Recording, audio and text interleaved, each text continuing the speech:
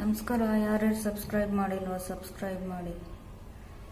ನಮ್ಮನೆಯಲ್ಲಿ ಇವತ್ತು ಉಪ್ಪಿಟ್ಟು ಮಾಡೋದಕ್ಕೆ ಹೇಳಿದರು.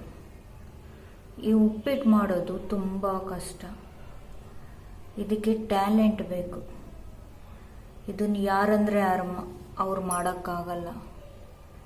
ಇದು ಸುನೀಲ್ ಶೆಟ್ಟಿಗೆ ಗಡ್ಡ ಶೇವಿಂಗ್ ಮಾಡ್ದಂಗೆ. ಸ್ವಲ್ಪ ಯಾಮಾರಿದ್ರೆ ಗಂಟು ಕಟ್ಕೊಂಡ್ಬಿಡುತ್ತೆ. ಆದರೆ ಬಿರಿಯಾನಿ ಯಾರು ಬೇಕಾದರೂ ಮಾಡ್ಬೋದು.